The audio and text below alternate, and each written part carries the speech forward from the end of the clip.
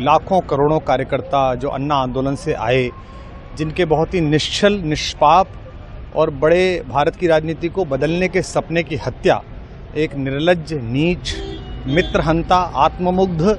और चरित्रहीन व्यक्ति ने की, उसके प्रति तो क्या संवेदना। दिल्ली को उससे मुक्ति मिली और मैं ये जानता हूँ कि अब जो आम आदमी पार्टी में लोग बच गए थे सत्ता के लोभ में, लालच में, पदों के लिए,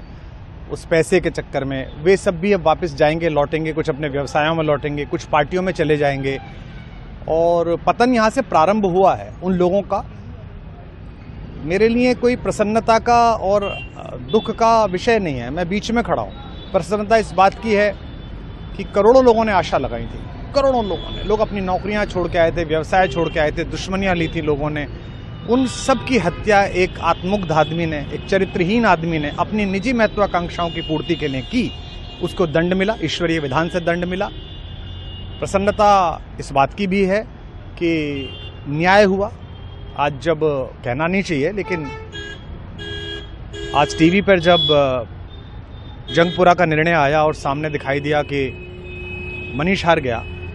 तो सदा तटस्थ रहने वाली और राजनीति से विरत रहने वाली मेरी पत्नी जो है, उसकी आंख में आंसू आ गए, वो रोने लगी, क्योंकि उसी से उसने कहा था कि अभी तो है ताकत, और उसने कहा था भैया ताकत सदा तो नहीं रहती। तो ये अहंकार आशा करता हूँ अगले लोग नहीं करेंगे, जो बाकी दल है वो नहीं करेंगे, इससे सबक लेंगे। और दिल्ली के नागरिकों को मैं अच्छे शासन के लिए बधाई देता हूँ। अब भारतीय जनता पार्टी अपने नेतृत्व में सरकार बनाकर दिल्ली के जो दुख थे पिछले 10 वर्ष के, उन्हें दूर करे। और आम आदमी पार्टी के समस्त कार्यकर्ताओं को कहता हूँ कि आपने जिस किसी भी लोभ लालच में, सब कुछ जानते हुए एक ऐसे व्यक्ति के समर्थन में काम किया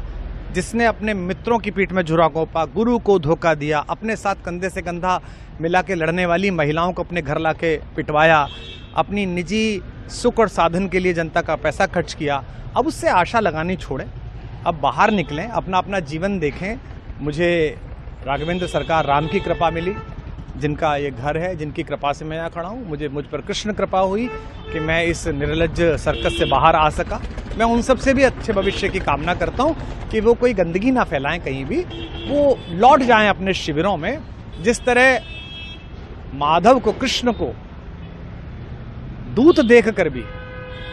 भरी सभा में अट्टहास करने वाला दुर्योधन जो ये कहता था, सुचिग्रम नैव दास्यामि बिना युद्धे न केशवः, बिना युद्ध के 5 गांव भी नहीं दूंगा, आज वो अपनी सीटों के लिए तरस रहा है। और मुझे पता है कि इस दुर्योधन का अंत भी टूटी हुई जंघा के साथ